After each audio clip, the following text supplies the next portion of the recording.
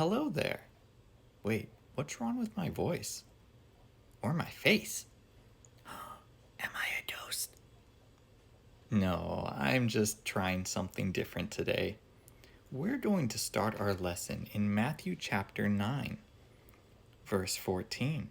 Then came to him the disciples of John, saying, Why do we and the Pharisees fast oft, but thy disciples fast not? Jesus had been questioned quite a bit in this chapter. In the first verses, the Pharisees challenged Jesus on his authority to forgive sins. After that, they questioned why he should spend time with sinners. Now, John the Baptist's disciples or students came to Jesus with this question. Likely, they had been challenged by the Pharisees to fast. They were being judged because they did not appear to be fasting. Now they brought this question to Jesus. And let's see his answer. Verse 15. And Jesus said unto them, Can the children of the bride chamber mourn as long as the bridegroom is with them?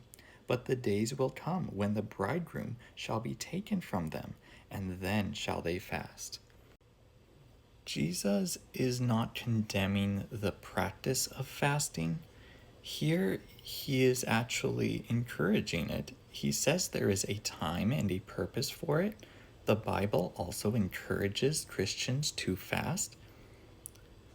But fasting is not a public affair. It's not something that people should see in us to determine how good we are.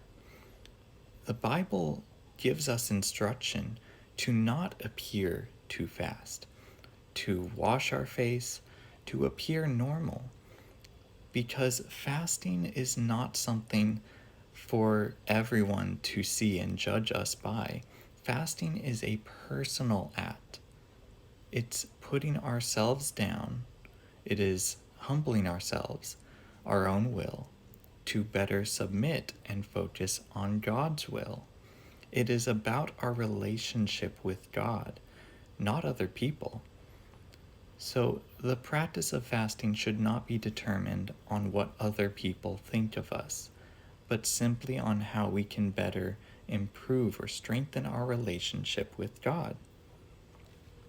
Now in verse 16, no man putteth a piece of new cloth unto an old garment, for that which is put in to fill it up taketh from the garment, and the rent is made worse. Neither do men put new wine into old bottles, else the bottles break, and the wine runneth out, and the bottles perish. But they put new wine into new bottles, and both are preserved. Jesus gives us these two parables, one about cloth on a garment, and the other about wine. So the cloth in those days would shrink, and so if you put new cloth on an old coat to patch it up, it would shrink and take the part of the old fabric with it, thus making the whole worse than it was before.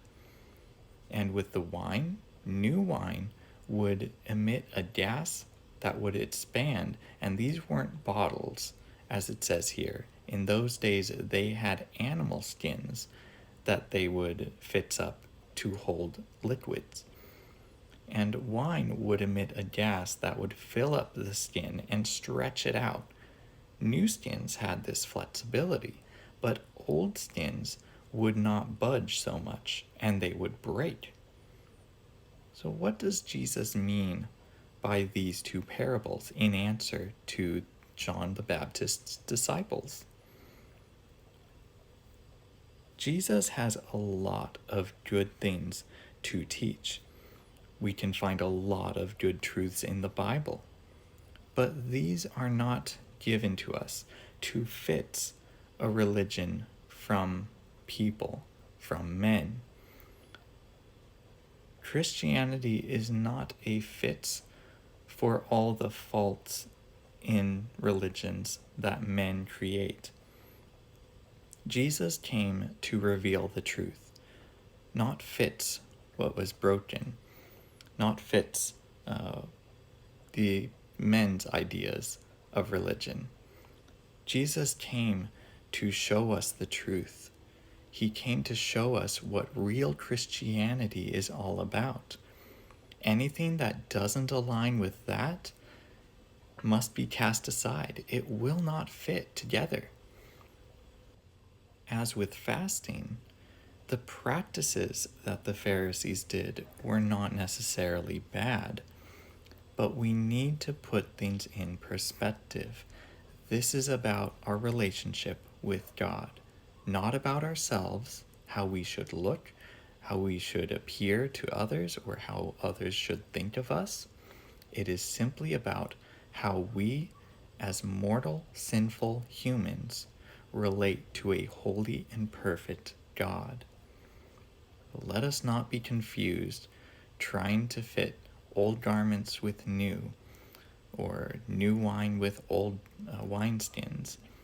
Let us stick to the Bible and what God has shown us to be true. Thank you for joining me today, and I hope you enjoy the rest of your Sunday. Until next time.